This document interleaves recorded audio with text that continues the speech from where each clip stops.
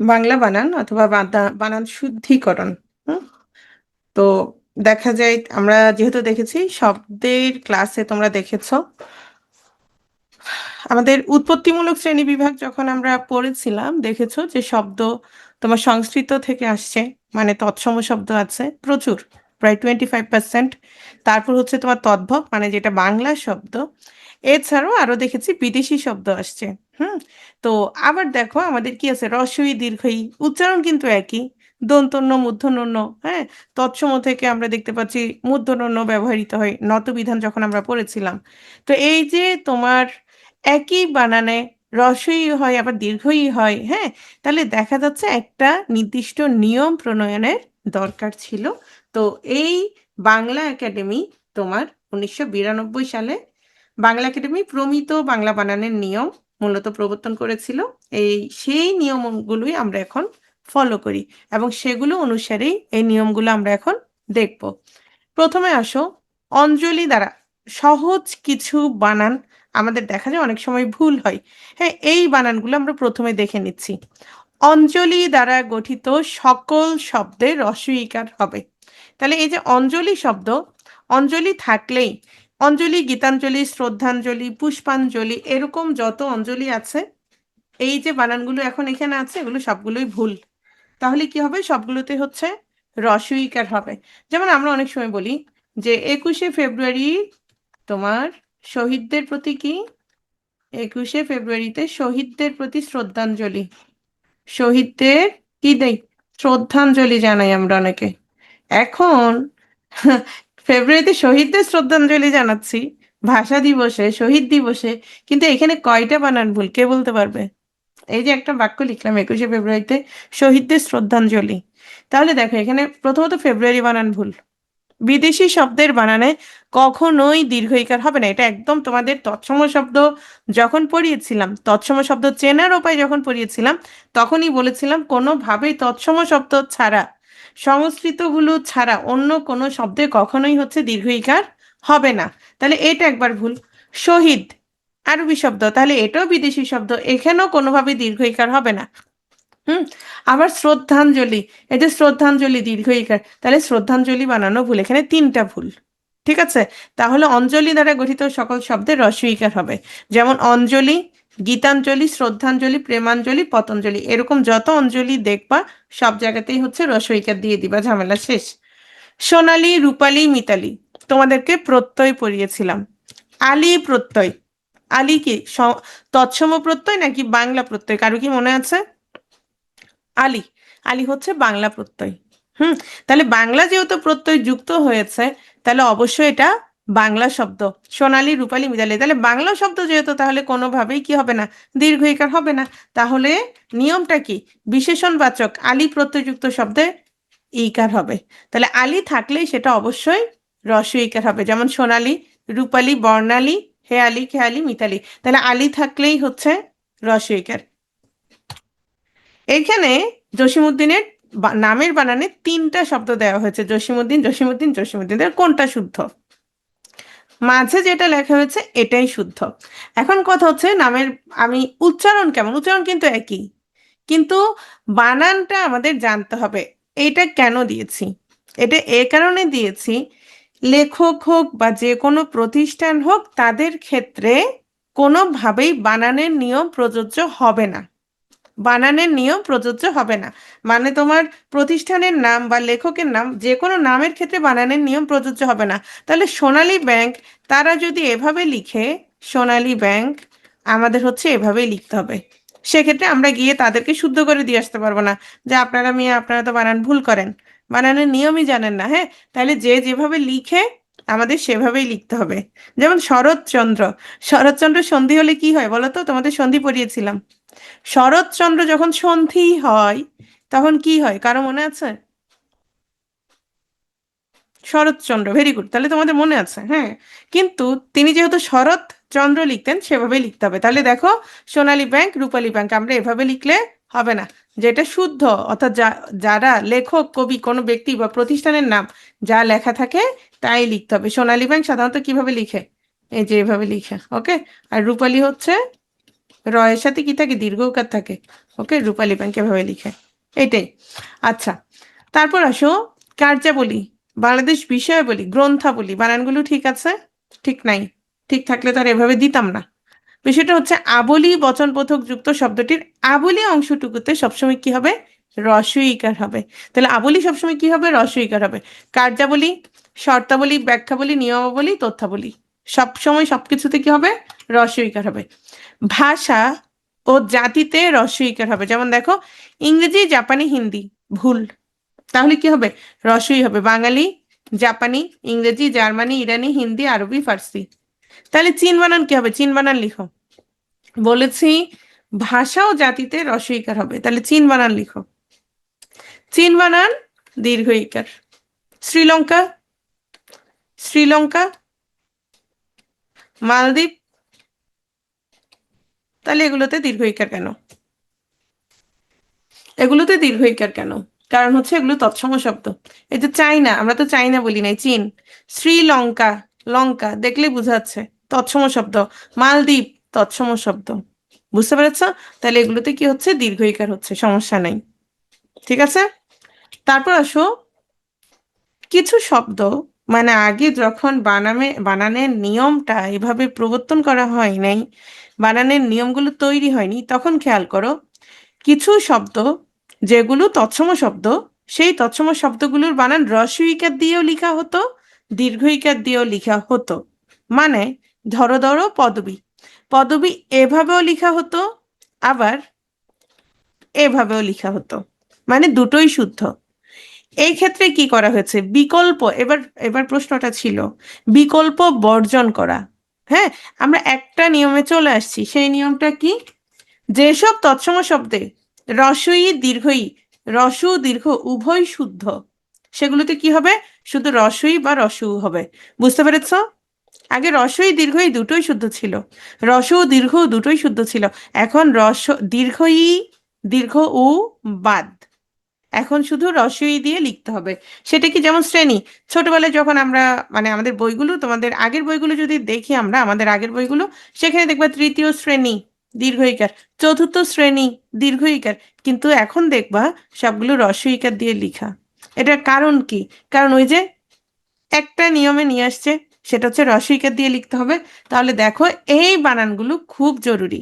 কেন জরুরি? যেহেতু চারটা অপশন থাকে, চারটা অপশনের মধ্যে এখান থেকে একটা বানান তুলে দিতে পারে, এবং এখান থেকে তোমার রিটার্নে প্রশ্ন থাকে বানান থেকে, বানানের নিয়ম থেকে আসে, অথবা তোমাদের পাঁচটা বানান দিবে, পাঁচটা বানানকে শুদ্ধ করতে বলা হয়। বুঝতে পেরেছ? তাহলে আসো কিংবদন্তি, এই যে রসইকার, খঞ্জনি রসইকার, চিৎকার রসইকার, চুল্লি রসইকার, তরণী, ধমনী, ধরণী, নারী, পঞ্জি, পদবী, পল্লী, ভঙ্গি, মঞ্জরি, মসি, যুবতী, রচনাবলী, হ্যাঁ ওই যে আবলি, লহরী, শ্রেণী, সরণী, সূচিপত্র, উন্না, এগুলো আসছে, এগুলো রিটার্নও আসছে। তাহলে এই কয়েকটা বানান, এখানে যে বানানগুলো আছে এগুলো খুব ভালো করে দেখতে হবে। ঠিক আছে, নেক্সট। পদের শেষে যদি জীবী থাকে, হ্যাঁ, যেমন শ্রমজীবী, পেশাজীবী, তাহলে অবশ্যই কি হবে? আইনজীবী, দীর্ঘ ইকার হবে। এই যে চাকরিজীবী, পেশাজীবী, শ্রমজীবী, আমরা সাধারণত অনেকেই এভাবে লিখে থাকি, তাহলে এটা কি? এটা ভুল, কোনো কথা নাই, এটা ভুল হবে। তাহলে শুদ্ধ কি হবে? চাকরিজীবী, পেশাজীবী, শ্রমজীবী, কৃষিজীবী, এগুলো সবগুলোতে কি হবে? জীবী। তাহলে পদের শেষে হচ্ছে দীর্ঘ ইকার হচ্ছে, যদি আগে হয় জীবিকা, তাহলে হচ্ছে এভাবে হবে, দীর্ঘ ইকার এবং হ্রস্ব ইকার হবে। জীবিকা, সেক্ষেত্রে কি হবে? দীর্ঘ ইকার এবং হ্রস্ব ইকার হবে। ওকে, নেক্সট। পদের শেষে বতি, মতি, গামী, কামী, বাহী, মুখী, পন্থী, হ্যাঁ এরকম যদি থাকে তাহলে দীর্ঘ ইকার হবে। আচ্ছা, কারণ কি? এই যে বতি, মতি, গামী, কামী, এগুলোতে দীর্ঘ ইকার, কারণটা কি? কে বলতে পারবে? কারণ কি বলো? হ্যাঁ, তৎসম শব্দ, দীর্ঘ ইকার আছে মানেই তো তৎসম শব্দ। দীর্ঘ ইকার, দীর্ঘ উকার, মূর্ধন্য, এগুলো আছে মানেই হচ্ছে এগুলো তৎসম শব্দ। এখানে আর কোনো ঝামেলা নাই, আর কোনো মানে অন্য কোনো কথা এখানে নাই। তাহলে দেখো পদ্মাবতী, শ্রীমতী, অনুগামী, এগুলো সবগুলোই হচ্ছে দীর্ঘ ইকার। শেষ। এখন তাহলে আমরা, আমাকে বলো, আমরা হ্রস্ব ইকার দিয়ে কি কি পড়লাম? একদম প্রথমে কি পড়েছি বলো? একদম প্রথমে কি কি পড়েছি? হ্রস্ব ইকার দিয়ে বলো কি কি বললাম? প্রথমে বললাম অঞ্জলি, অঞ্জলি, এরপর আবুলি, তারপর আলী, আলী, ওকে। তারপর বলো, রসিকের দিয়ে আর কি পড়েছি? ভাষা ও জাতি, ভেরি গুড। ভাষা ও জাতি, এটাতে রসইকার হবে। হ্যাঁ, আর দীর্ঘইকার দিয়ে কি পড়লাম? জিবি, জিবি পড়লাম। আর কি পড়লাম? এই যে বতি, মতি, গামি, কামি, এগুলো। হুম। তারপর হচ্ছে, আর যদি জিবি আবার যদি জীবিকা হয় সেক্ষেত্রে দীর্ঘইকার আর রসইকার। মনে থাকবে? তাহলে আমরা রসইকার চারটা বললাম, অঞ্জলি, আবুলি, আলী, ভাষা ও জাতি, এগুলোতে সবসময় রসইকার হবে। শেষ। আর জিবি, জিবিতে হচ্ছে দীর্ঘইকার। হস চিহ্ন, হস চিহ্ন যথাসম্ভব বর্জন করতে হবে। কল কল, কল কল, আমরা জানি এটা হচ্ছে কি উচ্চারণ হবে? Call call. এখানে কি হবে না? হস চিহ্ন হবে না। কিন্তু যেগুলোতে হস চিহ্ন দিতে হবে, অবশ্যই সেগুলোতে হস চিহ্ন যেগুলোতে দিতে হবে, দেখো উদ্ঘাটন, উদ্বেগ, এগুলো সবগুলোতে কি হবে? হস চিহ্ন হবে। দিকপাল, দিকভ্রম, দিকভ্রষ্ট, দিকদর্শন, প্রাককথন, প্রাক সর্বস্ব, মনে রাখবো কিভাবে? উদ, দিক, প্রাক, বাক। ঠিক আছে? তাহলে উদ্ঘাটন, উদ্বেগ, এগুলোতে হচ্ছে কি হবে? অশ্চিহ্ন হবে। আচ্ছা, কিছু কিছু শব্দে দ রস্বকার হয় নাকি দ দীর্ঘকার হবে, এটা আমাদের মনে থাকে না। আমরা এটা কিভাবে মনে রাখবো? হুম, এটা আমরা মনে রাখার চিন্তাটা করো। যদি দূরত্ব সম্পর্কিত হয় তাহলে সেখানে দীর্ঘকার হবে। দূরত্ব সম্পর্কিত হলে দীর্ঘকার হবে। দুর্নীতি, দূরত্বের সাথে কোনো সম্পর্ক আছে? নাই। দুর্যোগ, দুর্নীতির সাথে কোনো সম্পর্ক আছে? নাই। দুর্ঘটনা, নাই। তাহলে এগুলো সবগুলোতে কি হবে? রস্বইকার হবে। তাহলে দূরত্ব বোঝায় না, এরূপ শব্দে রস্বইকার যোগে দূর অর্থাৎ উপসর্গ হবে। আর যদি দূরত্ব বুঝাই, দূর, দূরবর্তী, দূর দূরান্ত, দূরীকরণ, অদূর, দূরত্ব, দূরবীক্ষণ, তখন কি হবে? তখন হচ্ছে দীর্ঘকার হবে। তাহলে দূরত্ব বোঝায় এমন শব্দে কি হবে?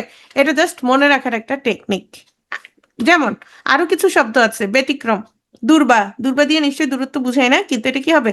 দীর্ঘকার হবে। দূষক, দূষণীয়, দূষণ, দূষ্য, এগুলোতে কি হবে? এগুলো সবগুলোতে দীর্ঘকার। মানে দূষণের সাথে মনে রাখবা, ঘাস, দুর্বা আর হচ্ছে দূষণ, দূষণ সম্পর্কিত যেগুলো সেগুলো হচ্ছে দীর্ঘকার হবে। শেষ। ভ রস্বইকার নাকি ভ দীর্ঘকার, কোনটা হবে? তাহলে ভূমি বা মাটি সংক্রান্ত যদি হয় তাহলে ভ দীর্ঘকার হবে, আর না হলে কি হবে? ভ রস্বইকার হবে। যেমন ভূমি, ভূগোল, ভূমিকম্প, ভূতল, ভূধর, তাহলে ভূধর এটা ভুল, ভূধর। মানে ভূমির সাথে যদি সম্পর্কিত বা মাটি সংক্রান্ত যদি হয় তাহলে ভ দীর্ঘকার হবে। আর ভুবন, ত্রিভুবন, ত্রিভুজ, এগুলো তো হচ্ছে ত্রিভুজ, অনেকে ভুল লিখে, ভুবন অনেকে ভুবন এইভাবে লিখে, তাহলে ভুল। ঠিক আছে? নেক্সট, রেফের পরে ব্যঞ্জন বর্ণের দ্বিত্ব মানে দুইবার উচ্চারিত হবে না। অর্জন, ঊর্ধ্ব, কর্ম, কার্তিক, হ্যাঁ, এগুলো সবগুলোই হচ্ছে ভুল। তাহলে কি হবে? অর্জন, ঊর্ধ্ব, কর্ম, কার্তিক, কার্য। কিছু ব্যতিক্রম আছে, যেমন অর্ঘ্য, দৈর্ঘ্য, নৈর্ব্যক্তিক, মর্ত, এই চারটা শব্দ মনে রাখবা। উঁ হবে নাকি অনুস্বার হবে সেটা নির্ণয়ের সূত্র। উঁ কখন হবে আর অনুস্বার কখন হবে? যদি সন্ধিবদ্ধ না হয় তাহলে উঁ স্থানে অনুস্বার হবে না, তার মানে সন্ধিবদ্ধ যদি হয় তাহলে অনুস্বার হবে। তাহলে অলংকার সন্ধিবদ্ধ, সন্ধিবদ্ধ কিনা, এটাকে আমরা সন্ধি করতে পারবো কিনা? লিখো, অলংকার, বিচ্ছেদ করো, বিচ্ছেদ, বিচ্ছেদ করো, অলংকার। অলম যোগকার, আচ্ছা, ময়ের সাথে হস হবে, ওকে। তাহলে এটাতে আমরা কি করতে পারছি? এটাতে আমরা সন্ধি করতে পারছি। যদি সন্ধি করতে পারি সেখানে অনুস্বার হবে। তাহলে এখন সন্ধি বিচ্ছেদ করছো তো, এবার সন্ধি করো। সন্ধি করলে কি হবে? অলংকার। বুঝতে পেরেছো? তার মানে আমরা যেই শব্দটা সন্ধি বিচ্ছেদ করতে পারবো, সন্ধি করতে পারবো, সন্ধির মাধ্যমে যে শব্দটা গঠিত হয়েছে সেখানে অনুস্বার হবে। ক্লিয়ার? সেখানে কি হবে? অনুস্বার হবে। তাহলে দেখো, সন্ধির ক্ষেত্রে ক খ গ ঘ পরে থাকলে পূর্বপদের অন্তঃস্থিত ম স্থানে অনুস্বার লেখা যাবে। নিয়মটা খেয়াল করো। যদি এরকম, শোনো, শুধু বানান না এসে এরকম নিয়মও দিতে পারে, বলতে পারে যে এই নিয়মের অধীনে কোন শব্দটা তৈরি হয়েছে, এই নিয়মের মাধ্যমে কোন শব্দটা তৈরি হয়েছে। বুঝতে পেরেছো? তাহলে দেখো, সন্ধির ক্ষেত্রে ক খ গ ঘ থাকলে, পরে থাকলে পূর্বপদের অন্তঃস্থিত ম স্থানে, দেখো তো, অলম, আর শেষে কি থাকে? কার। তাহলে ক আছে কিনা আর ম আছে কিনা পূর্ব পদে? অলম, অলম, এই যে এ ম স্থানে কি হবে? অনুস্বার হবে। এটা তো আমরা সন্ধিতেও পড়েছি, তাই না? তাহলে সন্ধিবদ্ধ না হলে উ এর স্থানে কি হবে? অনুস্বার হবে না, কি হবে তাহলে? উ হবে। অঙ্ক, অঙ্গ, আকাঙ্ক্ষা, আতঙ্ক, কঙ্কাল, গঙ্গা, তাহলে এগুলোতে কি হবে? এগুলোতে হচ্ছে বঙ্কিম। যদি সন্ধি না হয় তাহলে সেখানে উ হবে। ঠিক আছে? তাহলে দেখো এখানে কিছু শব্দ আছে। অহংকার, অহম যোগকার, তাহলে এটি কি হবে? অবশ্যই অনুস্বার হবে, যেহেতু সন্ধির মাধ্যমে হয়েছে। তাহলে সংখ্যা, সংখ্যা হচ্ছে ব্যতিক্রমে, দেখো ব্যতিক্রম লিখা আছে ফজলে রাব্বি। সংখ্যা হচ্ছে ব্যতিক্রম। সংযোগকার, এটা হচ্ছে উঁ দিয়ে লিখবে, উঁ দিয়ে লিখবে। ওকে, নেক্সট। এখানে সঠিক বানান, এই বানানগুলো আমরা কখন পড়েছিলাম? কারো মনে আছে? কারো কি মনে আছে? হ্যাঁ, নতবিধানে। তাহলে কি মনে রেখেছিলাম? এখানে বিষয়টা হচ্ছে হয়ের সাথে, হয়ের সাথে কখন দন্তন্য বসবে আর হয়ের সাথে কখন মূর্ধন্য বসবে, এটাই হচ্ছে মূলত নিয়ম, মূল বিষয়টা, জানার বিষয়টা। তাহলে যদি আমাদের উচ্চারণের র আসে, যদি উচ্চারণের র আসে তাহলে মূর্ধন্য বসবে। যেমন পূর্বাহ্ন, তাহলে এখানে কি আছে? মূর্ধন্য আছে। সায়াহ্ন, র নেই, তাহলে কি বসবে? দন্তন্য বসবে। অপরাহ্ন, র আছে, তাহলে মূর্ধন্য। মধ্যাহ্ন, র নেই, তাহলে কি হবে? দন্তন্য। অন্ন, র নেই, দন্তন্য। প্রাহ্ন, কি আছে? প্রাহ্নতে কি আছে? মূর্ধন্য হবে, রাইট? এটাই। ঠিক আছে, নেক্সট। ইক বা স্নিক, স্নিক মানেই তো ইক। স্নিকের মধ্যে কি হয়? স্নিক থেকে ইক কেন হয় বলো? প্রত্যয় যারা ক্লাস করেছো বলো।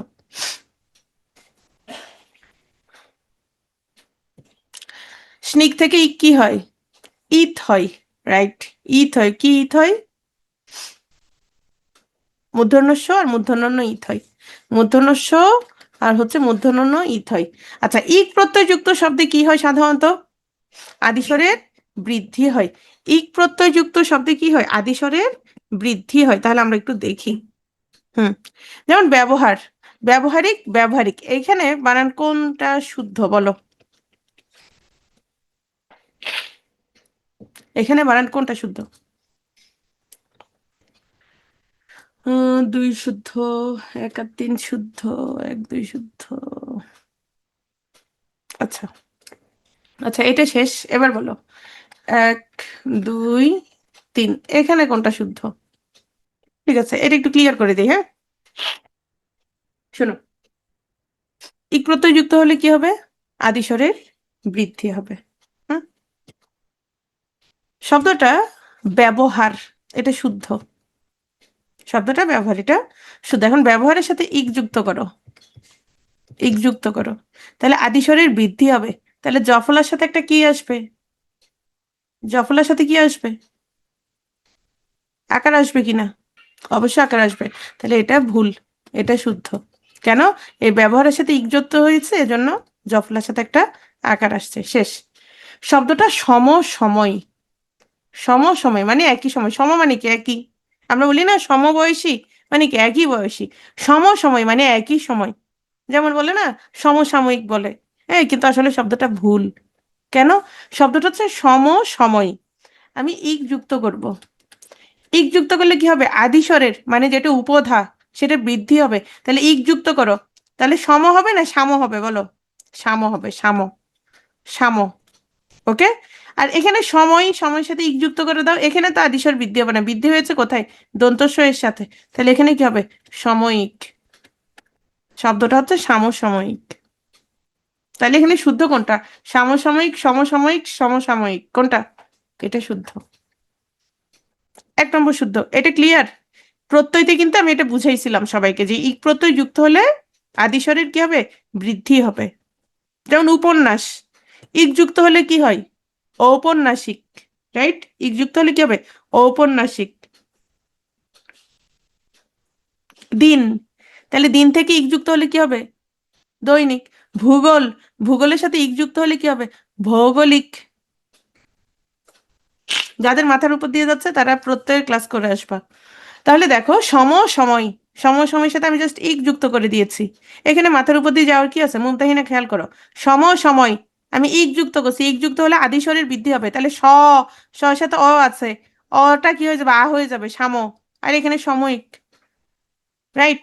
ঠিক আছে, এখন তাহলে দেখো, ইক বা স্নিক প্রত্যয় যুক্ত অংশে কি হবে? ইকার হবে এবং মূল স্বরের আদিস্বর বৃদ্ধি হবে। তাহলে আদিস্বর কিরকম? দেখো, অভ্যন্তর, তাহলে কি হবে? আভ্যন্তরিক, তাহলে অভ্যন্তরিক ভুল। ব্যবহার, ব্যবহারিক। ব্যবসায়, ব্যবসায়িক। ব্যাকরণ কি হবে? ব্যাকরণিক। উপনিবেশ, ঔপনিবেশিক। সুপ্ত, সৌপ্তিক। বুঝতে পেরেছো?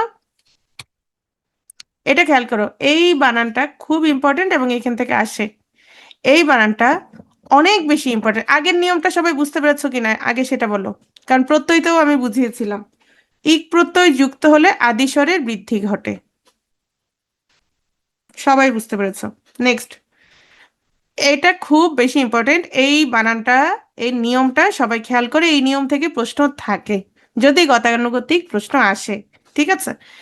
বিশেষণজাত শব্দকে বিশেষ্য করতে হলে তা বা জফলা যে কোনো একটি প্রত্যয় যুক্ত করতে হবে। আচ্ছা, ধরো আমি গরিব, আমি গরিব। হ্যাঁ, এই যে গরিব, বিশেষণ না বিশেষণ? আমি দরিদ্র, দরিদ্র বিশেষণ না বিশেষণ? নাউন আর অ্যাডজেক্টিভ, এটা বলো। দরিদ্র, দরিদ্র বিশেষ না বিশেষণ? দরিদ্র, দরিদ্র বিশেষ, নাউন। আমি গরিব, আমি দরিদ্র, এটা বিশেষ? এই তোমরা পদ প্রকরণে ক্লাস করছো না? আর ক্লাস করার আগে এটা বুঝো না? এটা অ্যাডজেক্টিভ না বিশেষণ? ওকে, দরিদ্র হচ্ছে কি? বিশেষণ। বিশেষণ না বিশেষণ? বিশেষণ। ওকে, অ্যাডজেক্টিভ। নেক্সট, বিশেষণজাত শব্দ, তাহলে এটা একটা বিশেষণ শব্দ। ওকে, বিশেষণ। বিশেষ্য করতে হলে কি যুক্ত করতে হবে? তা যুক্ত করব অথবা জফলা যুক্ত করব। তার মানে আমি দুইভাবে কি করতে পারি? নাউনে পরিণত করতে পারি। দরিদ্র, তাহলে আমি এটা তা যুক্ত করে দেই। দরিদ্রতা কি হলো? কি হলো? নাউন হলো। আরেকটা কি করতে পারি? জফলা যুক্ত করতে পারি। তাহলে আমি জফলা যুক্ত করি তো, জফলা যুক্ত করলাম। হ্যাঁ, এখন আসো, তা প্রত্যয় যুক্ত করলে আদিস্বর বৃদ্ধি পাবে না। তাহলে দেখো, দরিদ্র, দরিদ্রতা, আদিস্বর বৃদ্ধি পাবে না। তাহলে এটা ঠিক আছে কিনা? এটা ক্লিয়ার? এটা শুদ্ধ কিনা বলো? তা প্রত্যয় যুক্ত করলে আদিস্বর বৃদ্ধি পাবে না, তাহলে আমি বললাম দরিদ্র তা। তার মানে শুধু তা যুক্ত করে দিবে, এখানে আর কোনো কাহিনী নাই, কোনো কিছু করতে হবে না। ওকে, নেক্সট। কিন্তু জফলা যুক্ত করলে আদিস্বর বৃদ্ধি পাবে, ওই যে ইক প্রত্যয়ের মতো। ইক যুক্ত করলে যেমন আদিস্বর বৃদ্ধি পায় তেমন। তাহলে আমি একটু জফলা যুক্ত করি তো দরিদ্র এর সাথে। দরিদ্র, আমি জফলা যুক্ত করলাম। তাহলে জফলা যুক্ত করলে কি হবে? আদিস্বর বৃদ্ধি পাবে। ক্লিয়ার? দারিদ্র, ক্লিয়ার? হ্যাঁ, এখন আসো, তুমি যদি বলো দারিদ্রতা হবে, দুইটা প্রত্যয় যুক্ত করে দিচ্ছ না? দুইটার তো দরকার নাই, যে কোনো একটা যুক্ত হবে। তাহলে যদি দেখো জফলা আছে, কোনোভাবেই সেটার সাথে কি যুক্ত হবে না? তা যুক্ত হবে না। কোনোভাবেই সেটার সাথে তা যুক্ত হবে না। যেমন দরিদ্র, তাহলে কি হবে? আসো, এটাকে আমরা বিশেষ্য করি, নাউনে পরিণত করব। দরিদ্র তা অথবা দারিদ্র। ক্লিয়ার? দিন, তাহলে কি হবে? দীনতা। এখানে আর কোনো কাজ নাই, তা যখন যুক্ত করব তখন কোনো কাজ নাই। তাহলে কি হবে? দিন। এখানে কি হবে? দৈন্য। ভেরি গুড, দৈন্য। কৃপণ, আমরা অনেক সময় বলি না সে কার্পণ্যতা করে? এটা ভুল। কেন? কৃপণের সাথে কৃপণতা, কৃপণতা। আর এখানে কি হবে? কার্পণ্য। ওই যে ক্রি, রি, রি থাকলে কি বললাম? অর বা আর, অর বা আর, তাহলে কি হবে? কার্পণ্য। ক্লিয়ার? হুম। এক, তাহলে কি হবে? একতা, একতা। আর এখানে কি হবে? ঐক্য। ক্লিয়ার? হুম। দুর্বল, দুর্বলতা, তাহলে কি হবে বলো তো? দৌড় বললো। অলস, অলসতা, তারপর কি হবে? আলস্য। Very good. এখন আসো, এই যে আমরা অনেক সময় বলি তাদের মধ্যে ঐক্যতা নষ্ট হয়ে গেছে, শুদ্ধ না ভুল বলো? ভুল। অনেকে ভুল বানান, দেখি ভুল বানান লিখো, বাংলায় লিখো, অনেকে ভুল বানান লিখে ভুল। ভুল। এটা শুদ্ধ না ভুল? এটা হচ্ছে ভুল। এটা কি? এটা ভুল। ওকে, এরপর আসো, ঐক্যতা ভুল। আমরা অনেক সময় বলি এত সৌজন্যতা দেখানো লাগবে না, এত সৌজন্যতা দেখানো লাগবে না। শুদ্ধ না ভুল? কি হবে? শুধু সৌজন্য। তাহলে এটি কোত্থেকে আসছে বলো? সৌজন্য কোত্থেকে আসছে? সুজন থেকে। সুজন থেকে। সুজন। সুজন। সুজনতা, এই সুজনতার ইউজ কম। সুজনতা, এরপর কি হবে? সৌজন্য। আমরা অনেক সময় বলি তার মাধুর্যতা নষ্ট হয়ে গেছে। শুদ্ধ না ভুল? ভুল। তাহলে কোত্থেকে আসছে শব্দটা? মধুর থেকে। তাহলে মধুর, মধুরতা, মাধুর্য। ক্লিয়ার? এই নিয়মটা সবাই বুঝতে পেরেছো? তাহলে দেখো, এখানে অনেক শব্দ আছে একসাথে। দরিদ্র, দিন, স্বতন্ত্র, কৃপণ, হ্যাঁ, তারপর বিচিত্র, বিশিষ্ট। ওকে, বিশেষণজাত শব্দের শেষে দীর্ঘ ইকার থাকলে এবং তারপরে যদি ত, তা, নি, নি, সভা, পরিষদ, জগৎ, বিদ্যা এগুলো যুক্ত করা হয়, তাহলে ওই শব্দের শেষে দীর্ঘ ইকার রসিকের হবে। মানে এটা শব্দটা দেখলেই, মানে এত বড় একটা লাইন দেখলেই ভয় লাগে। একটু খেয়াল করো, আমি একটা শব্দ লিখলাম, মন্ত্রী বানান সবাই লিখো। মন্ত্রী। মন্ত্রী বানান লিখো সবাই, বাংলায় লিখো, বাংলিশে লিখা যাবে না, বাংলা বানান পড়তেছি। মন্ত্রী, এখন মন্ত্রিত্ব লিখো। মন্ত্রিত্ব। মন্ত্রিত্ব লিখো। হ্যাঁ, রাইট। এই যে খাদিজা যেটা লিখছে এটা শুদ্ধ। বুঝতে পেরেছো? মানে তুমি যখন ঠিক মন্ত্রী পরিষদ লিখবা, তখনও কি হবে? রস্বইকার হয়ে যাবে। মন্ত্রী পরিষদ যখন লিখবা, মন্ত্রী সভা যখন লিখবা, তখনও রস্বইকার হয়ে যাবে। মন্ত্রিত্ব ভুল, আফরিন সুলতানা ভুল লিখছে। তাহলে নিয়মটা কি? আমি বললাম মন্ত্রী, দীর্ঘ ইকার। কিন্তু আমি যখন ত যুক্ত করব, মন্ত্রী ত, তখন এটা রস্বইকার হয়ে যাবে। আমি যখন মন্ত্রী সভা যুক্ত করব, তখন রস্বইকার হয়ে যাবে। আমি যখন মন্ত্রী পরিষদ লিখব, তখন কি হয়ে যাবে? রস্বইকার হয়ে যাবে। প্রাণী লেখো, প্রাণী। প্রাণী। প্রাণী। এখন আসো, প্রাণী বিদ্যা লিখো, প্রাণী জগৎ লিখো। ক্লিয়ার? বুঝতে পেরেছো বিষয়টা? ওকে, তাহলে দেখো দায়ী। কিন্তু আমি যখন দায়িত্ব তবয় যুক্ত করব, তখন রস্বইকার। প্রতিদ্বন্দ্বী, আমি যখন প্রতিদ্বন্দ্বিতা লিখবো, তখন রস্বইকার। প্রার্থী, তোমরা এক একজন কি প্রার্থী, যখন প্রার্থিতা লিখবো তখন রস্বইকার। দুঃখী, কিন্তু দুঃখিনী লিখলে তখন রস্বইকার। মন্ত্রী, মন্ত্রী পরিষদ লিখলে তখন রস্বইকার। ক্লিয়ার? ব্যতিক্রম খেয়াল করো, সতীত্ব, নারীত্ব, কুমারিত্ব এগুলো তয়ব যুক্ত হলে কি হবে না? রস্বইকার হবে না। খেয়াল রাখবো আবার। হুম। তাহলে এখানে কিছু শব্দ আছে, জাস্ট মনে রাখবা, আর কিছু নাই। সোনালী, হাতি, হিজড়ি, আরবি, চাচি, এই বানানগুলো শুদ্ধ না ভুল? এই বানানগুলো ভুল। কেন বলি? যদি তৎসম শব্দ না হয়, হ্যাঁ, সেটা বিদেশি শব্দ হতে পারে। অতৎসম মানে সেটা তোমার তৎসম ছাড়া বাকি চারটা হতে পারে। তদ্ভব হতে পারে, দেশি বিদেশি যে কোনোটাই হতে পারে। তৎসম না হলে সেখানে কোনোভাবেই রস্বইকার, দীর্ঘ ইকার হবে না, সেখানে রস্বইকারই হবে। তাহলে দেখো, দূরবীন, হ্যাঁ, বিরিয়ানি, কাহিনী, ফার্সি শব্দ, ফার্সি শব্দ। দূরবীন, অনেকে মনে করতে পারে এটা তো কি দূরত্ব সম্পর্কিত, দূর দিয়ে কি দূরে দেখা যায়, তাহলে কি হবে না? দীর্ঘকার কেন হচ্ছে না? না, কারণ এটা বিদেশি শব্দ। হুম। যেহেতু এগুলো তদ্ভব বা বাংলা শব্দ, অথবা ফার্সি শব্দ, বিদেশি শব্দ, অথবা অন্যান্য বিদেশি শব্দ যেমন কাহিনী, হিন্দি শব্দ, রাইট, সেহেতু এগুলো কি হবে না? অথবা দেশি শব্দ হতে পারে। যেমন আমরা সবসময় পড়ি কি, এই যে রানী, আমরা ছোটবেলা থেকে রানী কিভাবে লিখি? এই যে এইভাবে লিখি, কিন্তু এটা ভুল। কেন? রানী আসছে রাজ্ঞী থেকে। রানী কোত্থেকে আসছে? রাজ্ঞী থেকে আসছে। রানী আসছে কোত্থেকে? রাজ্ঞী। রাজ্ঞী হচ্ছে রানী, তাহলে রাজ্ঞী হচ্ছে তৎসম, কিন্তু রানী হচ্ছে বাংলা, তাহলে বাংলা হচ্ছে দন্তন্য আর এবং রস্বইকার। ঠিক আছে? তাহলে হাতি শুধু রস্বইকার হবে।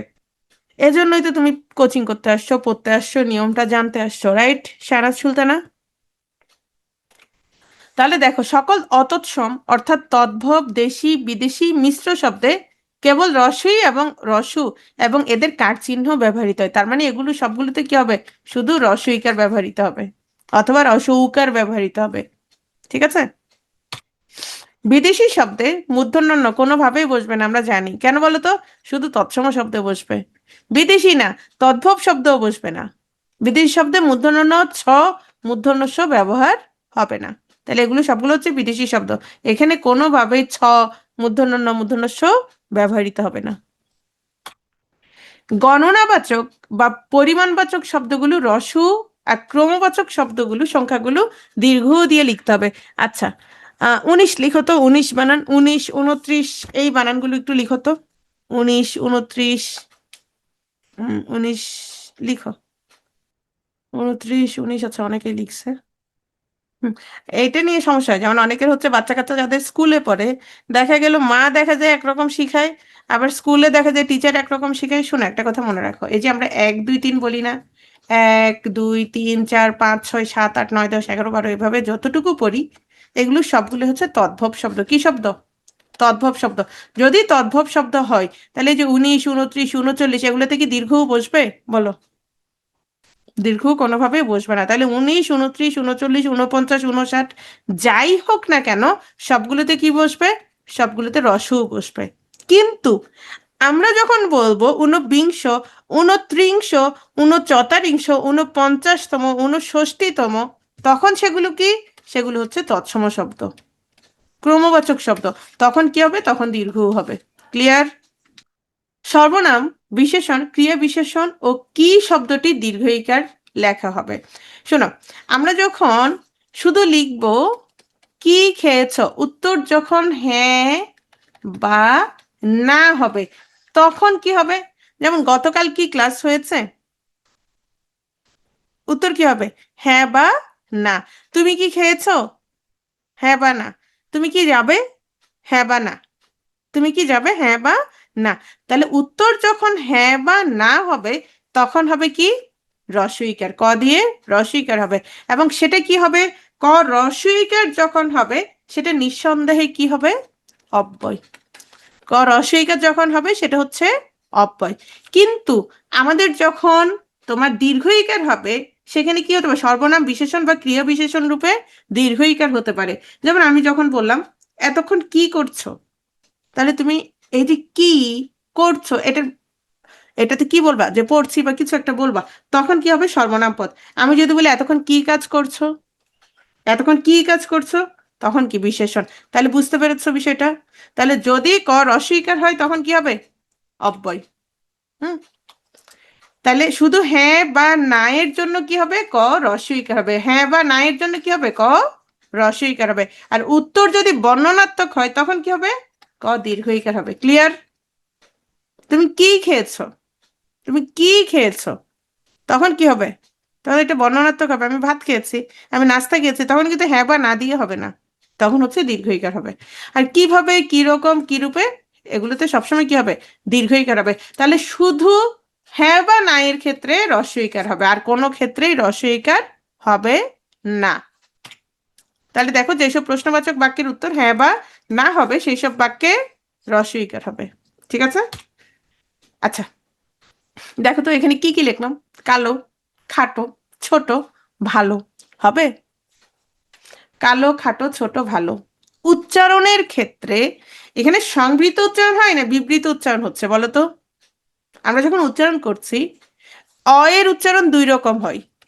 অ এর উচ্চারণ দুই রকম হয়। কি কি? বিবৃত হয়, সংবৃত হয়। বিবৃত মানে হচ্ছে তোমার ঠোঁট ছড়াই যাবে, হ্যাঁ, ঠোঁটের ফাঁকাটা বেশি হবে।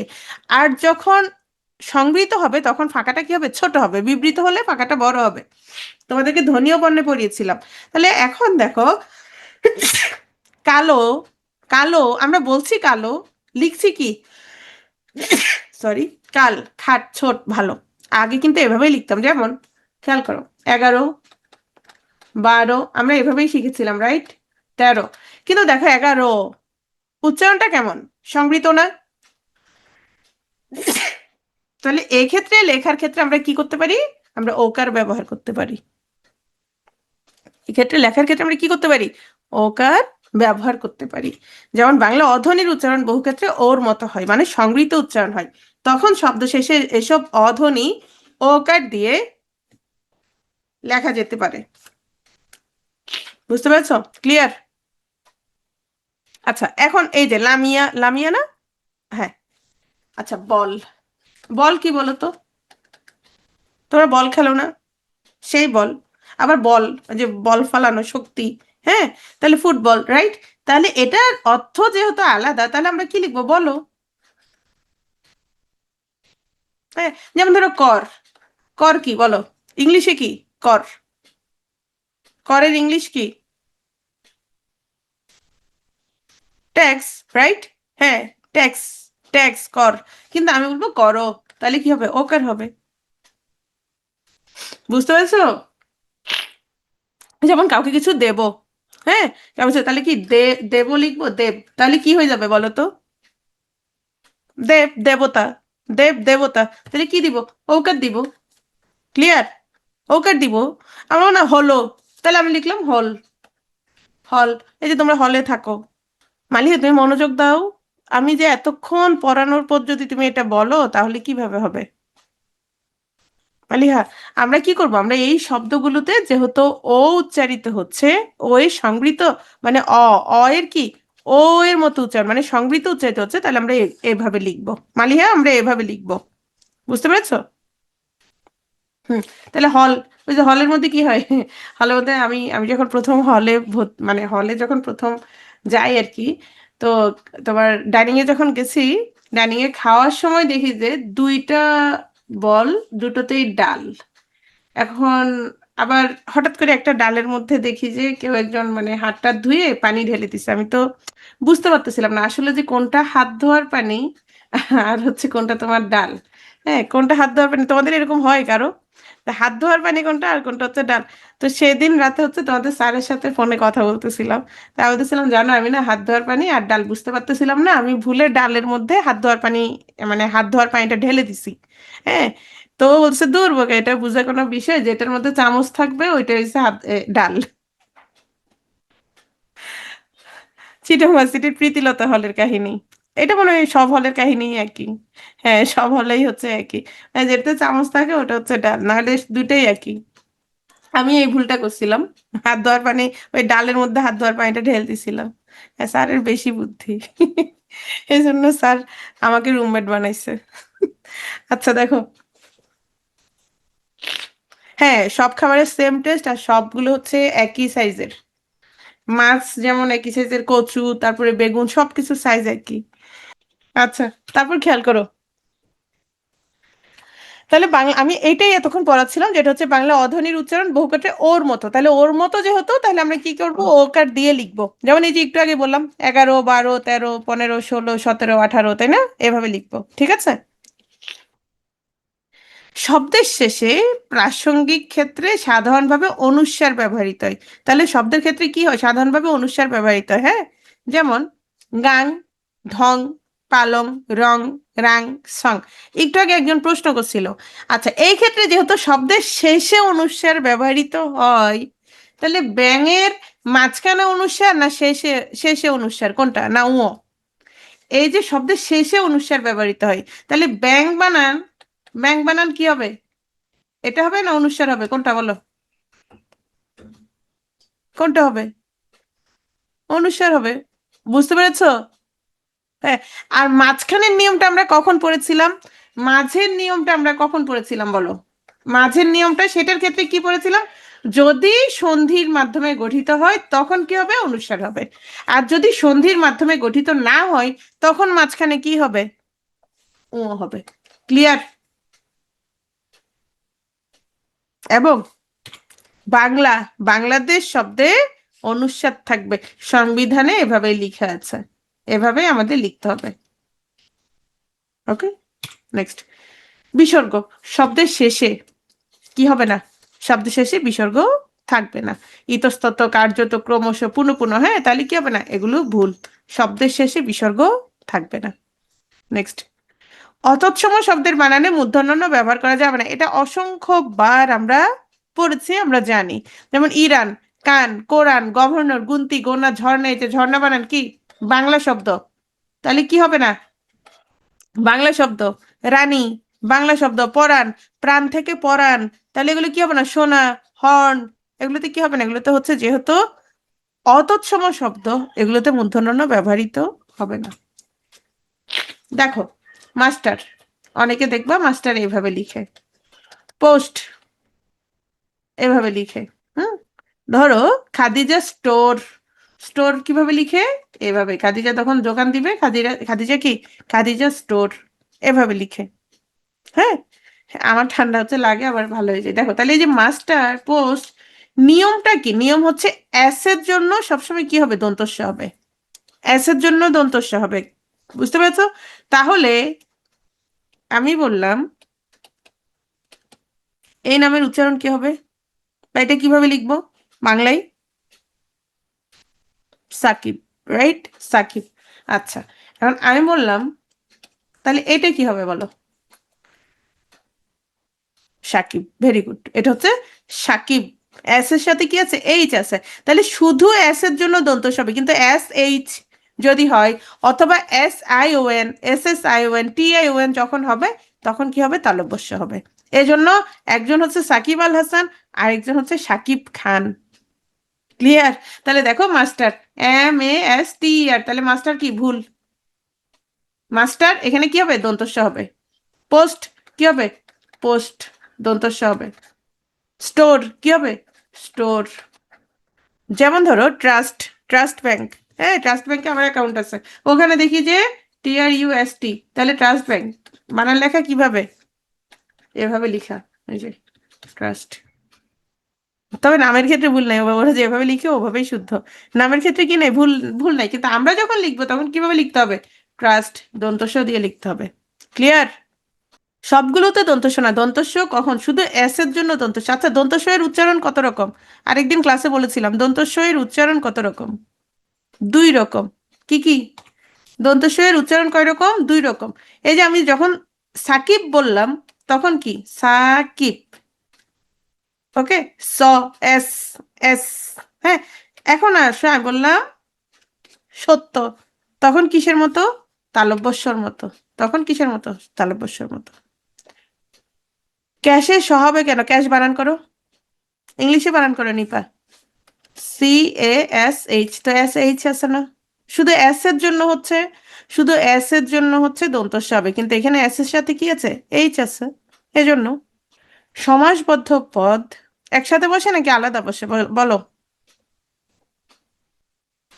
একসাথে বসে। কেন? কেন বসে একসাথে? এক পদে পরিণত হয়। আমরা সমাস কেন বুঝছি? সমাস মানে কি, যার যেগুলো কি হবে? এক পদে পরিণত হবে, এই জন্য একসাথে বসবে, যেহেতু এক পদে পরিণত হয়েছে। নীল যে আকাশ, নীল আকাশ, তাহলে কি হবে? একসাথে হবে। হ্যাঁ, তাহলে সমাসবদ্ধ পদ বিলাত ফেরত কি হবে? একসাথে বসবে। একসাথে, স্পেস হবে না, রাজপুত্র একসাথে বসবে, মধুমাখা একসাথে বসবে। হ্যাঁ, সমাসের উদ্দেশ্যই হচ্ছে এটা, একসাথে বসা। এই জন্যই হচ্ছে কি করা হয়েছে, তাহলে একসাথে বসবে, আলাদা বসবে না। তবে কিছু কিছু আলাদা বসে, যেমন আমরা বলেছিলাম ঘোড়ার ডিম, তাহলে কি হবে? ঘোড়ার ডিম, যেগুলোতে কি হয় না, ঘোড়ার ডিম কোন সমাস বলো? পড়িয়েছিলাম, কারো মনে আছে? ঘোড়ার ডিম, অলোক তৎপুরুষ, রাইট। হ্যাঁ, এরকম যেগুলো সেগুলো আলাদা বসে, সেটা মামার বাড়ি। হ্যাঁ, সেগুলো ভিন্ন বিষয়। তাহলে সমাসবদ্ধ পদগুলো যথাসম্ভব একসঙ্গে লিখতে হবে, যেমন বিলাত ফেরত, রাজপুত্র, মধুমাখা। বিশেষণ পদ আলাদা হবে না একসাথে হবে? ভালো দিন, লাল গোলাপ, সুগন্ধ ফুল, সুনীল আকাশ, আলাদা হবে না একসাথে হবে? আলাদা বসবে। ভালো দিন, লাল গোলাপ, সুগন্ধ ফুল, ঠিক আছে? তাহলে বিশেষণ আলাদা বসবে। নাবাচক শব্দ যেমন করি না, না এর আলাদা অর্থ আছে না, শেষ। না, না বলা শিখতে হবে, হ্যাঁ, জানতে হবে, বুঝতে হবে। তাহলে দেখো, করি না, তাহলে আলাদা, না হচ্ছে আলাদা বসবে। কিন্তু যখন করি নি হবে, করিনি কিন্তু একসাথে বসবে। ঠিক আছে? তাহলে নাবাচক না এবং নি এর প্রথমটি না হচ্ছে স্বতন্ত্র পদ হিসেবে, আর দ্বিতীয়টি নি হচ্ছে সমাসবদ্ধ হিসেবে বসবে। তাহলে নি কিভাবে বসবে? সমাসবদ্ধ হিসেবে, আর না হচ্ছে আলাদা স্বতন্ত্র পদ হিসেবে বসবে। শেষ। শব্দের পূর্বে না বাচক, আর এই না যদি শব্দের পূর্বে বসে তখন কি হয়ে যাবে? না বালক, না রাজ, না হোক, তখন আবার কি হবে? একসাথে বসবে। অধিকন্তু, আজও তোমরা পরীক্ষা দাওনি, আজও তোমরা মনোযোগ দিচ্ছ না, আজও আমারও একই, আমার সাথেও কি, আমরা বলি না আমারও এটা হয়েছিল, আমারও কালো, কি হয়তো ক্লাস করবে না, কালও আমি পরীক্ষা দিব না, কালও আমি যাব। তাহলে এই যে কালও, আজও, আমারও, তাহলে এটা কি করবা? আলাদা লিখবা। অধিকন্তু অর্থে ও কি হবে? আলাদা বসবে। আজও, আমারও, কালও, তোমারও। ওকে। তাহলে অধিকন্তু অর্থে ব্যবহৃত ও প্রত্যয় শব্দের সঙ্গে কার চিহ্ন রূপে যুক্ত না হয়ে পূর্ণ রূপে শব্দের পরে যুক্ত হবে। তাহলে এখানে কি হবে না? একসাথে হবে না। এগুলো কি? এগুলো ভুল। তাহলে শুদ্ধ কোনগুলো? এগুলো। আচ্ছা, এখন একটা জিনিস খেয়াল করো, তাহলে ভিডিও বানান লিখো বাংলায়। ভিডিও। আচ্ছা, এটা কি এই ও হবে?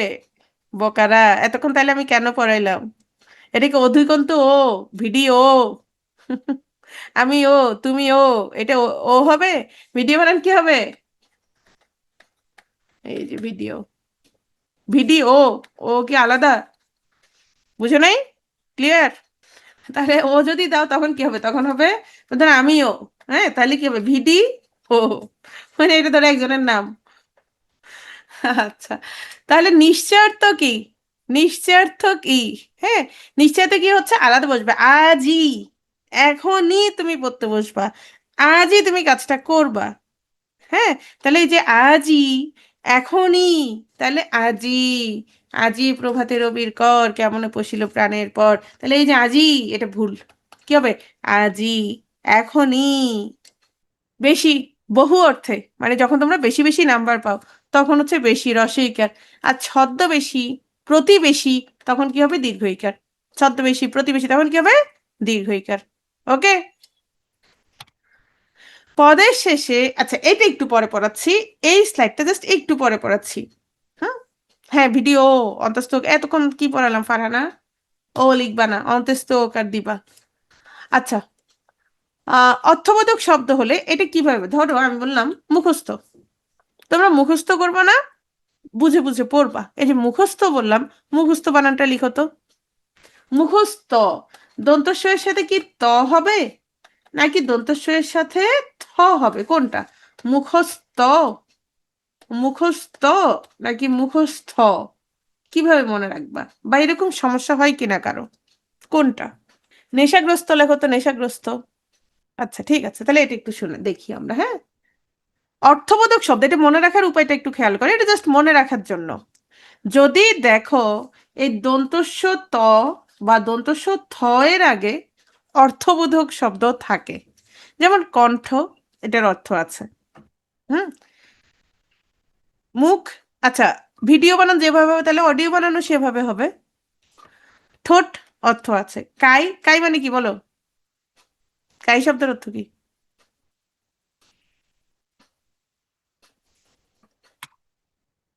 শরীর, ভেরি গুড। হ্যাঁ, সেম।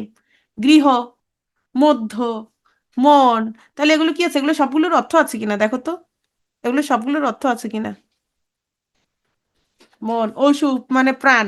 হ্যাঁ, তট, নিকট, দ্বার মানে দরজা, অন্ত, আত্ম, গর্ভ, ভূগর্ভ, এগুলো সবগুলোর কি আছে? অর্থ আছে। যদি অর্থ থাকে তাহলে দন্তস্বর সাথে কি হবে? থ হবে। কণ্ঠস্থ, মুখস্থ, ঠোঁটস্থ, কায়স্থ, ঠিক আছে। দন্তস্বরের সাথে কি হবে তখন? থ হবে। এখানে শোনো, প্রস্থ বানান তোমরা তো জানো, দৈর্ঘ্য, প্রস্থ। অসু শব্দের তো এখনই তো বললাম, মানে প্রাণ, প্রাণ। তাহলে দেখো, দৈর্ঘ্য, প্রস্থ, প্রস্থ বানান তো তোমরা জানো। প্রস্থ বানান এটাও হয়, আবার প্রস্থ বানান এটাও হয়, দুটো শুদ্ধ। প্রস্থ কি? প্রস্থ হচ্ছে, আমরা বলি না, মানে এক গুচ্ছ, মানে একসাথে এক প্রস্থ কাপড় কেচে আসলাম। হ্যাঁ, তাহলে প্রস্থ বানান দুটোই শুদ্ধ। এটা হচ্ছে দৈর্ঘ্য প্রস্থ। আর এই প্রস্থ মানে হচ্ছে কি? এক প্রস্থ কাপড় কেচে আসলাম, মানে এটা, মানে একসাথে এক গুচ্ছ হিসেবে যখন বলা হয় যে কোনো কিছু তখন। তাহলে এই শব্দগুলো আমরা দেখলাম, যদি অর্থবোধক শব্দ সামনে থাকে তাহলে দন্তস্ব ত হবে। আর যদি অর্থবোধক শব্দ না হয় তখন কি হবে? তখন হচ্ছে দন্তস্ব ত হবে। যেমন অস্ত, তাহলে অ, আস্য, প্র, নির, ন্যা, ব্যা, বিদ্ধ, অভ্য, এগুলো কিচ্ছুর অর্থ নাই। তাহলে কি হবে? সবগুলো দন্তস্ব ত হবে। এখন অনেকে বলবে ম্যাডাম সমস্ত, বিশ্বস্ত, এগুলোর তো অর্থ আছে। তাহলে অর্থ আছে, এটা তো তুমি জানো, আবার বানানটাও তোমার মুখস্থ। সমস্ত বলে তো কিছু নাই। বিশ্বস্থ বলে কিছু নাই, তাহলে এগুলো ব্যতিক্রম। আর ব্যতিক্রমগুলো তুমি বানান এমনিতেই জানো, তাহলে এগুলো নিয়ে টেনশন করার দরকার নাই যে ম্যাডাম এগুলো কিভাবে হয়েছে। কোনোভাবে হয়নি, সমস্ত সমস্ত বা শেষ। তাহলে দেখো, এখন আসো গ্রস্ত। গ্রস্থ বলে কিছু নাই, সবসময় গ্রস্ত হবে, গ্রস্ত হবে, সবাই মনে রাখো। তাহলে দেখো, নেশাগ্রস্ত, দুর্দশাগ্রস্ত, বাধাগ্রস্ত, এটাতে কিন্তু তুমি ওই নিয়মও ফেলতে পারবা। কিরকম? ধরো আমরা বললাম যে যদি অর্থ না থাকে তাহলে দন্তস্ব ত। তাহলে দেখো তো, নেশাগ্র কোনো অর্থ আছে? নেই। নেশাগ্র, এটার কোনো অর্থ, শুধু নেশা হলে ভিন্ন ছিল। তাহলে গ্রস্ত, মনে রাখবা গ্রস্ত। ঠিক আছে, নেক্সট। ভূত। ভূত, কেউ আবার ভয় পাও কিনা দেখো। অনেকে হচ্ছে মনে করে যে পিছন দিকেও দাঁড়িয়ে আছে, এরকম ভয় কেউ পাও? দেখো, ভূত কখন রস্যকার হবে, কখন দীর্ঘকার হবে, শোনো। অদ্ভুত বানানে রস্যকার হবে। অদ্ভুত বানান হচ্ছে রস্যকার, একা হয়েছে কি হয়েছে, কোনো সমস্যা নেই। অদ্ভুত বানানে হচ্ছে রস্যকার হবে। আর কোন ভূতে দীর্ঘ, আর সব ভূতে হচ্ছে দীর্ঘকার হবে, যেমন ভূত, অভূত, প্রভূত, বিভূতি, ভস্মীভূত, সবগুলোতেই হচ্ছে কি, ভূত থাকলেই হচ্ছে দীর্ঘকার হবে। শুধু অদ্ভুত, এই অদ্ভুত বানান নিজেই অদ্ভুত, এজন্য রস্যকার হবে। ঠিক আছে, বাকি সবগুলোতে, বাকি যত ভূত আছে সবগুলোতে হচ্ছে দীর্ঘকার হবে। ঠিক আছে, নেক্সট। হীরা, হীরক, নীল, সুনীল, নীলক, নীলিমা, এগুলো তো হচ্ছে দীর্ঘইকার হবে। কেন? মানে হীরা নীল এই দুটো জাতীয় যত শব্দ আছে সবগুলোতে দীর্ঘইকার হবে। কেন? তৎসম শব্দ, কাহিনী শেষ। তৎসম শব্দ, এজন্য শেষ। তাহলে হীরা ও নীল অর্থে সকল বানানে দীর্ঘইকার হবে। আচ্ছা, এখন খেয়াল করো, ধরো যে কোনো একটা শব্দ, ধরো দেশি। এখন দেশির সাথে ইও প্রত্যয় যুক্ত হলো। ধরো পানি, পানির সাথে ইও প্রত্যয় যুক্ত হলো। স্থানীয়, স্মরণীয়, বরণীয়। আচ্ছা, এই যে ইও, অনীয়, এগুলোতে কি আছে? দীর্ঘই আছে না? আছে কি না বলো? দীর্ঘই আছে। তাহলে এগুলো যুক্ত হলে দীর্ঘই হয়ে যাবে। এগুলো যুক্ত হলে কি হবে? দীর্ঘই হয়ে যাবে। তাহলে এই প্রত্যয়গুলো কি প্রত্যয় বলো তো? তৎসম প্রত্যয়, রাইট? তাহলে দেখো তো, জাতি, জাতি থেকে কি, জাতীয়, দীর্ঘ ইকার হয়ে গেল। দেশি, দেশীয়। পানি, পানীয়। তাহলে কেউ যদি বলে দেশীয়, শুদ্ধ না ভুল বলো? একটা দইয়ের, ফেসবুকে মনে হয় একটা কি আছে, ওই যে দইয়ের পেজ আছে মনে হয়, দেশীয়, ভুল, রাইট? জলীয়, স্থানীয়, স্মরণীয়। ঠিক আছে, সরকারি, পাইকারি, সহকারী। অনেকে সরকারি স্কুলের জন্য পরীক্ষা দিবে, কিন্তু সরকারি বানান ভুল লিখে। সরকারি বানান কি হবে বলো? সরকারি, রস্বইকার হবে। হ্যাঁ, এখন আসো পাইকারি, সহকারী, কোনটাতে রস্বইকার, কোনটাতে দীর্ঘইকার হবে, কিভাবে মনে রাখবো? যদি দেখো ব্যক্তিবাচক, তাহলে সেটাতে দীর্ঘইকার হবে। সহকারী, আবেদনকারী, তুমি একজন আবেদনকারী, হ্যাঁ, ক্যাডার হওয়ার জন্য আবেদন করবা, পরীক্ষা দেওয়ার জন্য। ছিনতাইকারী, পথচারী, কর্মচারী, রাইট? তাহলে এগুলো কি? দীর্ঘইকার। তাহলে ব্যক্তিবাচক হলে কারিতে কি হবে? দীর্ঘইকার হবে। আর যদি ব্যক্তিবাচক না হয়, যেমন ধরো সরকারি, দরকারি, তরকারি, পাইকারি, এগুলো হচ্ছে রস্বইকার। কেন বলো তো? মানুষ না, হ্যাঁ, ব্যক্তিবাচক না, তাহলে রস্বইকার। শোনো, এগুলো তৎসম শব্দ না। এগুলো আসলে কি না, তৎসম শব্দ না, এগুলো তৎসম শব্দ। বুঝতে পেরেছো? নেক্সট। আচ্ছা, যদি দেখো, ধরো সহকারী, একটু আগে বললাম, কর্মচারী, কর্মী, আবেদনকারী, এগুলোতে কি দীর্ঘইকার। কিন্তু এগুলোর সাথে যদি গণ যুক্ত করি তাহলে কিন্তু রস্বইকার হবে। সহকারী, সহকারীগণ, কর্মচারী, কর্মচারীগণ, কর্মী, কর্মীগণ, আবেদনকারী, আবেদনকারীগণ, তখন কি হয়ে যাবে? রস্বইকার হয়ে যাবে। সম্ভাষণে এসু আর আসু। ধরো আমি এখান থেকে একজনের নাম নিলাম, খাদিজা। কয়েকটা মেয়ের নাম নিই, হ্যাঁ। খাদিজা, সাদিয়া, তারপর হচ্ছে সঞ্জিদা, হ্যাঁ, সঞ্জিদা, মুমতাহিনা, রিয়া। এই যে আমি এতগুলো নাম বললাম, সবার নামের শেষে কি আছে? নামের শেষে কি আছে? আ আছে। নামের শেষে আ আছে। আচ্ছা, এখন আসো তোমরা পুরুষ মানুষ যারা আছো, কাজী মুস্তাক, পুরুষ। পুরুষ বানানে কি আছে বলো তো? পুরুষ বানানে মূর্ধন্য ষ আছে। পুরুষ বানানে কি আছে? মূর্ধন্য ষ আছে। তাহলে সম্ভাষণে কখন এসু হবে, কখন আশু হবে আমরা একটু মনে রাখি। পুরুষের ক্ষেত্রে কি আছে? মূর্ধন্য ষ আছে। পুরুষের নামের সাথে, পুরুষ শব্দের সাথে কি আছে? মূর্ধন্য ষ আছে। তাহলে এসু কখনো বসবে? পুরুষের সাথে এসু বসবে।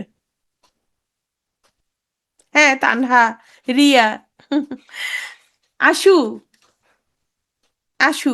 তাহলে এই যে আশু, আ, তাহলে এতক্ষণ যে বলছি, তানহা, রিয়া, হ্যাঁ এতগুলো নাম বললাম, তাহলে মহিলাদের নামের সাথে কি আছে? আছে। তাহলে আশু যদি দেখো, তাহলে এটা কাদের নামের সাথে হবে? মেয়েদের নামের সাথে। আচ্ছা, যেমন ব্রহ্মপুত্র, কপোতাক্ষ, নদ কেন বলো তো? কে বলতে পারবে? আমরা বলি না কপোতাক্ষ নদ, ব্রহ্মপুত্র নদ, কেন? নাই এজন্য, হ্যাঁ। যেমন পদ্মা, মেঘনা, যমুনা, ছেলে ছেলে মেয়ে কিছু না। এটা হচ্ছে নামের, নামের কারণে। আর শুধুমাত্র নাই এজন্য। ব্রহ্মপুত্র, অ, হ্যাঁ। কপোতাক্ষ, অ, এজন্য বলা হচ্ছে নদ। আসলে নদ নদী দুটোই একই। নদ এবং নদীর মধ্যে কোনো, অনেকে মনে করে নদের কোনো শাখা নাই, এটা ভুল। নদ নদী দুটোই একই, জাস্ট নামের জন্য নদ হয়েছে। হ্যাঁ, তাহলে দেখো এসুতে হচ্ছে পুরুষ, আশু হচ্ছে মেয়ে। তাহলে একটা জিনিস খেয়াল করতো, কল্যাণী এসু বানানটা শুদ্ধ না ভুল বলো? কল্যাণী এসু, ভুল। তাহলে যেহেতু আছে, এখানে কি হবে? হ্যাঁ, এখানে দুটো বিষয় হতে পারে। যদি দিয়ে ধরো, তাহলে এখানে কি হবে? মূর্ধন্য ষ, রস্য উকার। হুম। কল্যাণ বরে সু, তাহলে আছে। কল্যাণ বরে সু, তাহলে এখানে কি হবে? মূর্ধন্য ষ, রস্য উকার। হ্যাঁ। কল্যাণী তাহলে সু বানান কি হবে? দন্তস্ব রস্য উকার, আশু। হুম। সুচরিতা, তাহলে সু। ক্লিয়ার? বিষয়টা বুঝছো? বুঝছো বিষয়টা? সবাই ক্লিয়ার? একজনও বুঝে না, ওই যে মাথার উপর দিয়ে যাচ্ছে, এরকম কেউ আছো? মানে এতক্ষণ যে বানানের নিয়মগুলো পড়ছো, মাথার উপর দিয়ে গেছে কেউ আছো?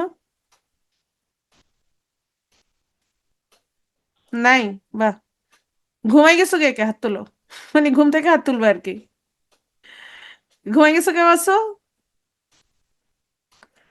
একজন ঘুমাই গেছে। আচ্ছা, ভেরি গুড। নেক্সট। আরেকজন ঘুমাই গেছে, আইডা। খালি সবসময় তুমি ঘুমাও, দেখি একদিন আমি ঘুমাই যাব দেখি।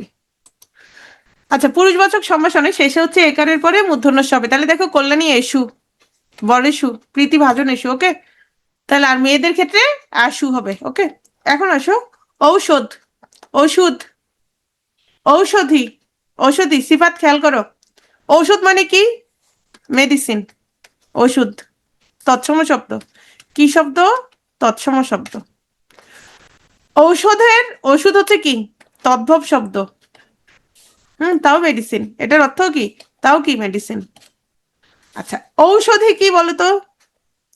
ঔষধি হচ্ছে সেই সকল গাছ যেগুলো দিয়ে কি করা হয়, যেগুলো দিয়ে ঔষধ তৈরি করা হয়, যেগুলো দিয়ে ঔষধ তৈরি করা হয়। এই মিমি, তোমাদেরকে প্রশ্ন করবো, যাদের ঘুম আসছে তারা বলবা, তাদেরকে প্রশ্ন করবো, ঔষধি দিয়ে কি করা হয়?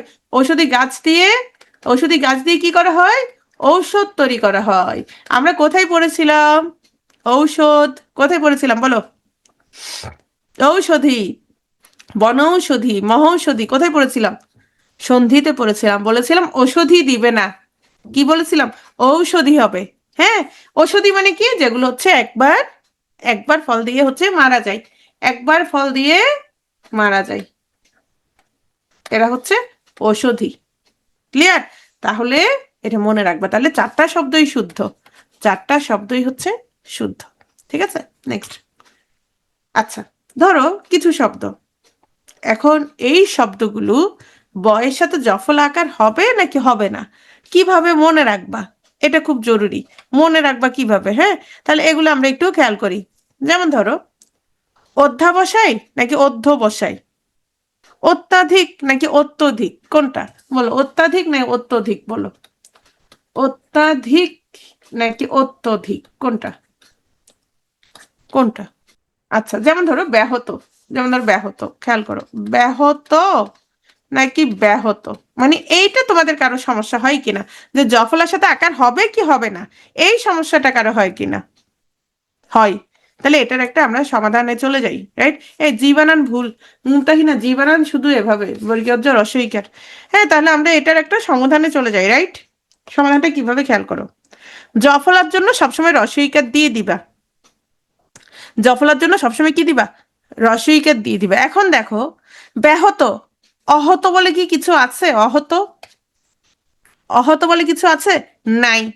কি হবে? আহত, আহত আছে।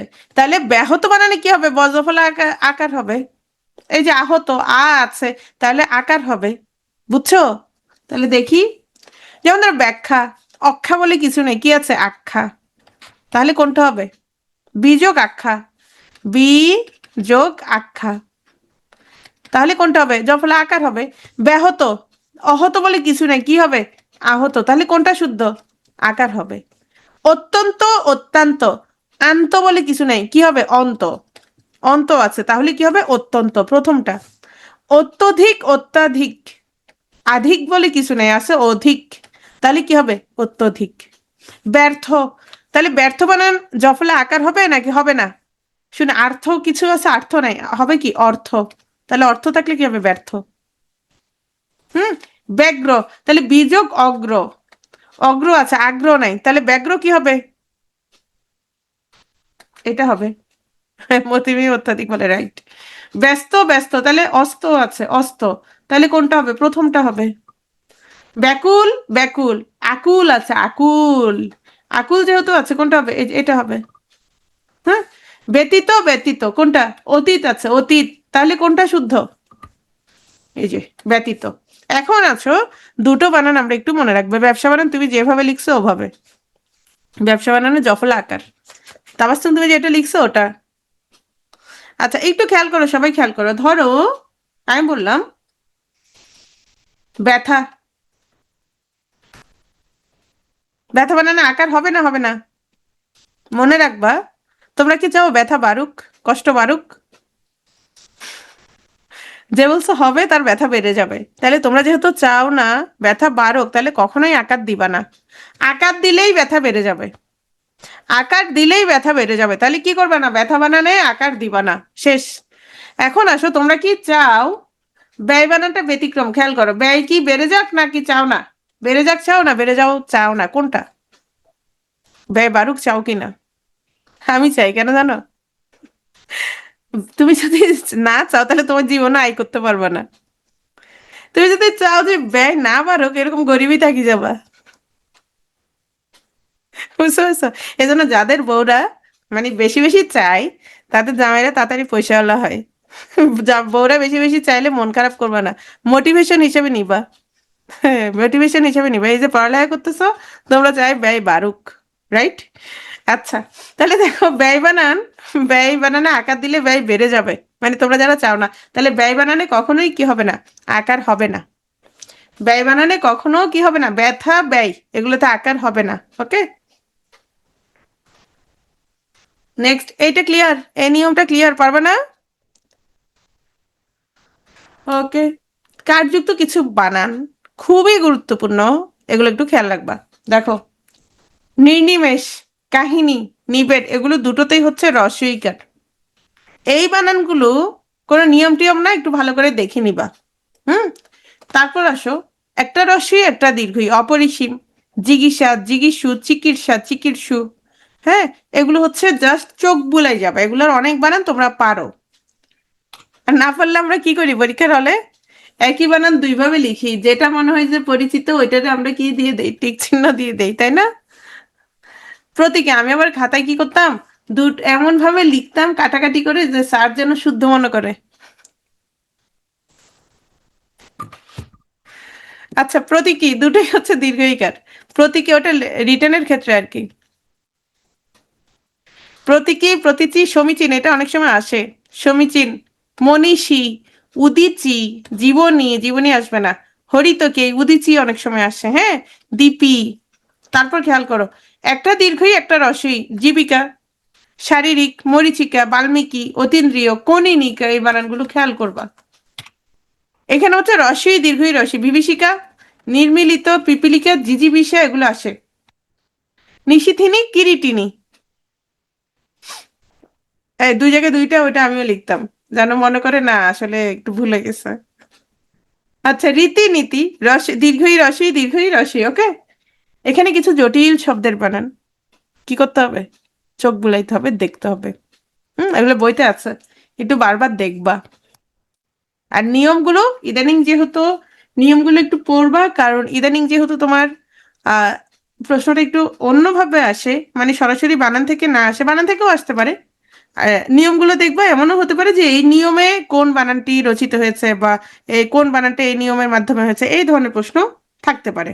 আর কালকে আমি একটা কাজ করব, সেটা হচ্ছে আজকে একটা পড়া দিব সবাইকে, এটা সবাই পড়ে রাখবা। পড়ে রাখার পর কালকে সবাইকে কোশ্চেন করব। একটু খেয়াল করো, হ্যাঁ, স্লাইড শেষের দিকে, এই যে স্লাইড একদম শেষের দিকে দেখো, কতটুকু শেষ দেখো, এই সবগুলো বানান দেখবা, অশুদ্ধ শুদ্ধ, এই যে এখানে শেষ। হ্যাঁ, এবার একটু খেয়াল করো সবার কি কি পড়া দিচ্ছি আমি, সবাই খেয়াল করো। স্ক্রিন দেখা যাচ্ছে? স্ক্রিন দেখা যাচ্ছে? আচ্ছা, খেয়াল করো সবাই। এই যে অভিধান, অভিধানের পিডিএফ সবার টেলিগ্রামে আছে, আছে না? অবশ্যই আছে। অভিধানের পিডিএফ সবার টেলিগ্রামে আছে। এখান থেকে অল্প কিছু পড়া দিব, যেহেতু ব্যতিক্রম ধর্মী প্রশ্ন আসে এজন্য। খেয়াল করো, প্রথমে আছে সম্পাদক জামিল চৌধুরী, এটা আসছে এবার। হুম, তারপর আসো, এই যে এই কয়েকটা, এগুলো খুব জরুরি। দেখো এখানে এই কয়েকটা লাইন একটু মনোযোগ দিয়ে পড়বা। হ্যাঁ, যেমন দেখো, বাংলা একাডেমির সূচনা লগ্ন 1955 থেকে, তাহলে বাংলা একাডেমির জন্ম কখন? বুঝতে পারছো? এই জাতীয় প্রশ্ন এখন আসে। হ্যাঁ, তাহলে এই পেজটা, এই যে একটা পেজ, এটা খুব জরুরি, এই পেজটা একটু ভালো করে পড়বা। এই পেজটা ভালো করে পড়বা। যেমন দেখো, তার সম্পাদনায় কার, এই যে ডক্টর মোহাম্মদ শহীদুল্লাহ, বাংলা একাডেমির সূচনা লগ্ন থেকে অভিধান রচনায় মনোনিবেশ করে এবং এই কাজে ব্রতী হয়েছিলেন স্বয়ং ডক্টর মোহাম্মদ শহীদুল্লাহ। আচ্ছা, তার সম্পাদনায় 1965 সালে প্রকাশিত এই পূর্ব পাকিস্তানি আঞ্চলিক ভাষার অভিধান। তাহলে প্রশ্নটা এভাবে আসবে যে আঞ্চলিক ভাষার অভিধানের রচয়িতা কে? কে? ডক্টর মোহাম্মদ শহীদুল্লাহ। কখন প্রকাশিত হয়? 1965 সালে। আর বাংলা, এই দেখো, বাংলা একাডেমি ব্যবহারিক বাংলা অভিধান, ব্যবহারিক বাংলা অভিধান কখন প্রণয়ন হয়? 1974 সালে। ক্লিয়ার? বুঝতে পারছো ম্যাম? পিডিএফ স্লাইডে, আচ্ছা, এটা আমি কেটে দিয়ে দিব। তাহলে এখানে যে প্রশ্নগুলো, এগুলো একটু মনে রাখতে হবে, একটু খেয়াল রাখতে হবে, জাস্ট একটু চোখ বুলে যাওয়া, আর কিছু না, যেহেতু এই ধরনের প্রশ্ন আসে। হ্যাঁ, এটা একটু খেয়াল করা। এখানে কিছু বিষয় আছে, এগুলো হচ্ছে আমি বুঝাই দিব, তোমরা একটু রিডিং পড়ে আসবা। সেটা কি দেখো, এখানে কিছু নিয়ম আছে, এই নিয়মগুলো একটু খেয়াল রাখতে হবে। যেমন প্রথম নিয়মটা একটু দেখো, বাংলা স্বরবর্ণ ই, হ্রস্ব ই এবং দীর্ঘ ই ঊর্ধ্ব সম্মুখ সংবৃত স্বরধ্বনির দ্যোতক, অর্থাৎ দুটোর উচ্চারণ কিন্তু একই, হ্রস্ব ই এবং দীর্ঘ ই দুটোরই উচ্চারণ কি? অভিন্ন, একই। হ্যাঁ, তারপর বাংলা বর্ণমালায় চন্দ্রবিন্দু অনুনাসিক স্বরধ্বনির চিহ্ন, কারণ চন্দ্রবিন্দু যখন থাকে তখন এটা কি হয়, কিছু কিছু বাতাস কি হয়, নাক দিয়ে বের হয় না? যেমন আমি বললাম চাঁদ, চাঁদ, দেখো আমি নাক বন্ধ করি, চাঁদ, চাঁদ। তাহলে নাক বন্ধ করলে উচ্চারণটা কিন্তু অন্যরকম হয়ে যাচ্ছে। তাহলে এই বানান নিয়মগুলো, এই যে দেখো এখানে কিছু নিয়ম আছে, এগুলো একটু পড়বা। এই যে বর্ণানুক্রম, এবার এটা আসছিল যে কিসের পরে, যে স্বর স্বরে রসই দীর্ঘই, রসই দীর্ঘ, রি, এ ওই ও ও, এই ওর পরে কি হয়? অনুস্বার বিসর্গ চন্দ্রবিন্দু। খেয়াল করছো? এরপর ক খ শুরু। তাহলে অনুস্বার বিসর্গ চন্দ্রবিন্দু এগুলো শেষে না হয়ে ও এর পরে হয়েছে।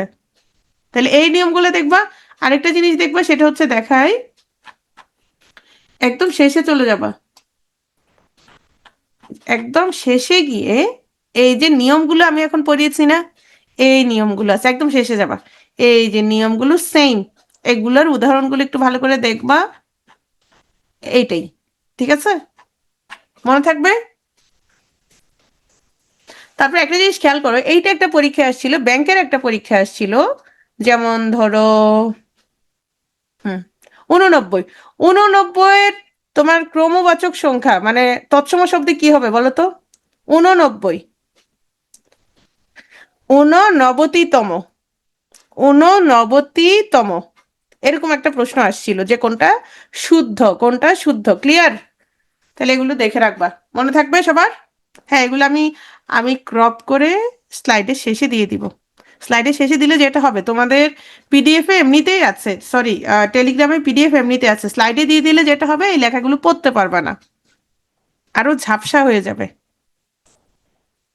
না, নিয়মগুলো হচ্ছে আমি স্লাইডে যেগুলো ছিল সেভাবে আসে, যেমন তৎসম শব্দের 5টা নিয়ম, অতৎসম শব্দের 5টা নিয়ম, এভাবে আসে। অথবা বানান দেয়, বলে কি যে এগুলো বানানগুলো শুদ্ধ বানান লিখো।